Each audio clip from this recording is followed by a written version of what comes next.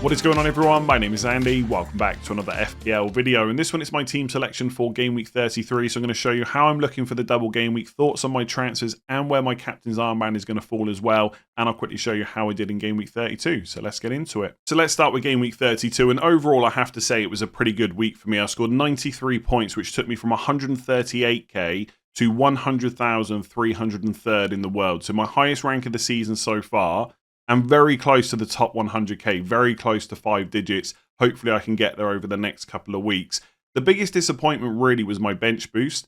I used it in Game Week 32 and only scored 11 points. So Martinez got a clean sheet and 6-pointer against Southampton, but Evan Nielsen 2 points, Vardiol 1, and Nico Williams 2 points, all blanked. I don't regret using the chip this week. A lot of people said, why didn't you wait until Game Week 33? But in Game Week 33, most of my bench would have been single Game Week players as well. Nico Williams lost the clean sheet in the 94th minute, a Murillo mistake. Evan Nielsen hit the bar, maybe could have won a penalty as well. So on another week, it could have been a bigger score. I don't consider 11 good. I know a lot of people have got worse benches than that, I get it. But I want at least like 15, 16 plus, and I didn't get that. So I would have to say that is bench boost failure, but overall, a good week. In terms of the double game week players, they pretty much all did well for me, apart from Munoz. And I don't really regret buying him either. Like, the point for getting him in Game Week 30 was that he had Southampton, then Brighton, and then obviously back-to-back double game weeks. Yes, it was 2 difficult away games, but he could have had an assist in the Man City game, and that wouldn't have given him a monster score, but it would have brought him on a par with lots of other single game week players that blanked, and then he would have had another double in 33. So I don't regret buying him. That assist, by the way, in the Man City game for Eze, I own Eze. He finished on 6 points. It could have been so much more. And I know there's always fine margins. We can all go back to different game weeks and say, well, I could have had more points here, there, etc. But this week is obviously fresh in the mind. Munoz plays the ball into Eze. Eze's offside. He can see the line. There was no excuse for being offside. And then against Newcastle, Palace win a penalty, which, by the way, I think was correctly given. Pope absolutely takes Richards out. I think, okay, Mateta's going to step up. Then I see Eze holding the ball. And I think, okay, he's probably doing that thing where he's holding the ball to give it to Mateta. Then I realise he's going to take it. I'm watching the match on one screen. My wife's on the sofa watching EastEnders on another one. I say to her, there's either about to be a massive celebration or lots of swear words. So she pauses EastEnders. She watches the penalty with me. And then she even says, why is he passing it to the goalkeeper? Like, it was, I know what people are saying, that if that goes in, it looks really smart the way he ran up. But it was just, for me, it was just a bad penalty. Like, there was no proper placement. It wasn't really to one side or the other. It was kind of central enough. It was so easy for Nick Pope. So Eze's finished on 6 points. He could have easily had 18 plus. And he's a massive differential compared to my other double game week players. So, look, I've done well in terms of overall rank this week. I've got 93 points. I know I shouldn't be complaining, but Eze just so frustrating this double game week. Elsewhere, Livramento 8, good. Jacob Murphy 19. I could have easily gone for double Newcastle defence instead and not had Jacob Murphy. That double Newcastle defence might have been Livramento and Pope in certain situations, so Pope would have got the penalty save, but I'm so glad I went for Murphy. He has absolutely smashed it. Ismail Assar 7 points and Isak captain 22. Because of Isak's ownership, his points don't really matter too much to me, so I wasn't really that worried that he didn't get more points than that. But if you triple captained him, the amount of goals Newcastle scored, you were probably expecting more, but still, 11 points is decent. Elsewhere, single game weekers, double Arsenal defence, failure again. Marmoush 7 points. Cole Palmer, let me just get all my frustrations out and then we'll talk about Game Week 33. I went for him over Saka on wildcard in Game Week 30. Saka hasn't started a game since. Palmer's outscored him by 1 point only. But in that time, Saka's gone up 0.3 million and Palmer's gone down 0.2 million. So I've gained 1 point, lost 1 transfer, because now I need to do Palmer to Saka this week probably, and I've lost 0.5 million in team value. That is absolutely mad. Whatever you think about Palmer, he wasn't that bad of a pick. Because I got Palmer at 10.8, the 0.2 million he's dropped since, I lose that. So he's also been frustrating. And then Salah got 6 points. Under the radar, Salah's actually not done well since Game Week 30 for his price. I think that's the only return so far. But obviously, no one's selling him before Leicester. So a good week. But as always, there's a bit of disappointment. Eze in particular could have done better. Palmer, Ipswich, 1 assist. Yellow card 4-pointer, just so disappointing, and bench boost wasn't great. But let's take the positives. I'm nearly in the top 100k. It's been a very up and down season for me. If I can kick on from here, it could still be a really decent finish. Let's see how 33 looks. So I've got 2 free transfers and 0.7 million in the bank going into this week. Defensively, things are pretty straightforward for me. I've got Raya and Saliba double up on Arsenal against Ipswich away and Palace at home. There might be some rotation in the Ipswich game because they've just played Real Madrid on Wednesday night away from home. Then they've got Ipswich on Sunday. But the rotation won't be massive. And I think Saliba and Raya will both start. Munoz was massively disappointing in game week 32 to come away with a -1. It's not going to be that much easier in game week 33 to get clean sheets, Bournemouth at home and Arsenal away, but he's not worth a transfer out because I'm either going to Villa defenders who have Man City and Newcastle, who Palace have just played in 32, or I'm going for a second Man City defender like Ruben Dias. But are his minutes fully secure for the rest of the season? I think they possibly are, but I'm not massively confident. Also, I don't know if I want to lock myself out of a second City attacker. Even if I don't go for them this week, they might be an option later on. So keeping Munoz and not using a transfer just makes a lot of sense.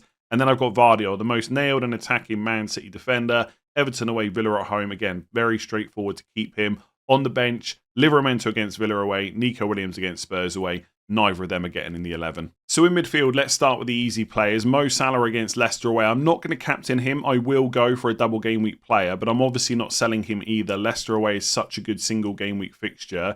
Then I've got a double up on Crystal Palace attack with Eze and Sarr. I've already mentioned this week there might be some rotation in the Arsenal game because it's just before their semi-final against Aston Villa in the FA Cup. And even if there isn't rotation, it's a difficult game. But either way, they're already in my team. To use a transfer to get rid of either of those double game week players just doesn't make much sense to me. And also, I don't mind the Bournemouth at home game. I think Eze and Sarr have done okay since I put them into my squad. And also, because I'm on free hit 34 when Palace blank, they're not too bad afterwards. Remember, their prices are pretty decent, right? Eze's less than 7, Sarr's less than 6. They've got Forest at home in 35, Spurs away in 36, and Wolves at home in 37. They're all perfectly reasonable fixtures. And if Palace beat Villa in the FA Cup and the Premier League decides to postpone their match in 37 and bring it forward to 36, which is not guaranteed but could potentially happen, then they'd have Forest at home followed by a double. So I've got no interest in selling my Palace players at all. Cole Palmer, Jacob Murphy, definitely getting sold this week. I have almost zero doubts about that. Obviously, Jacob Murphy's done great since wildcard 30. He's brilliant value as well. But I've got no doubts in my mind it's the right call to sell him. Because again, I'm free hitting 34, so the Ipswich game doesn't matter. I can bring him back in if I want to. Then after that, it's Brighton away, Chelsea at home, Arsenal away. Can Newcastle get goals in those games? Of course they can, but I would not be surprised if Murphy's output goes down. So he's definitely getting sold. The most likely transfers I'm going to make is Palmer to Saka and Jacob Murphy to Rodgers.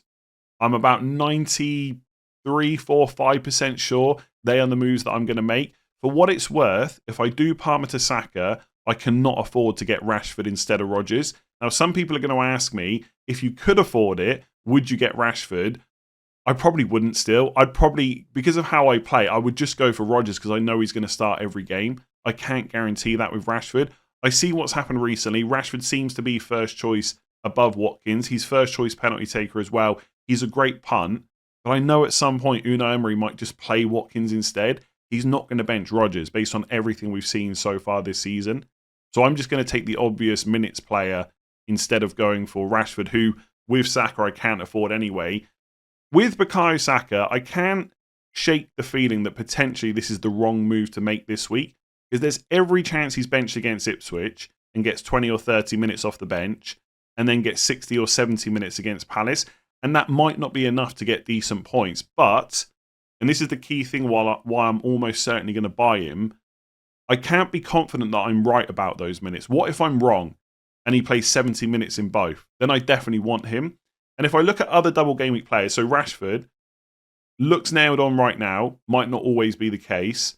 Kevin De Bruyne, I can't convince myself that he's going to start all the remaining games.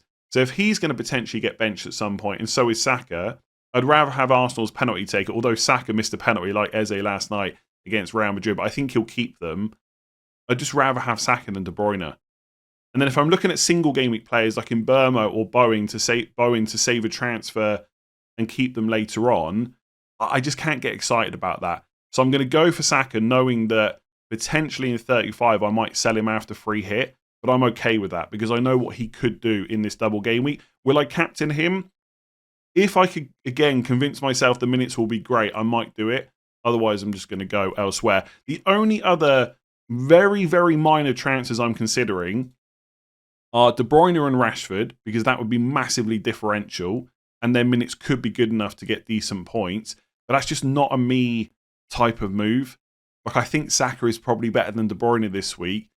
And Rashford could be great, but to get him, I have to get De Bruyne. And I'm just not sure I'm comfortable enough with that.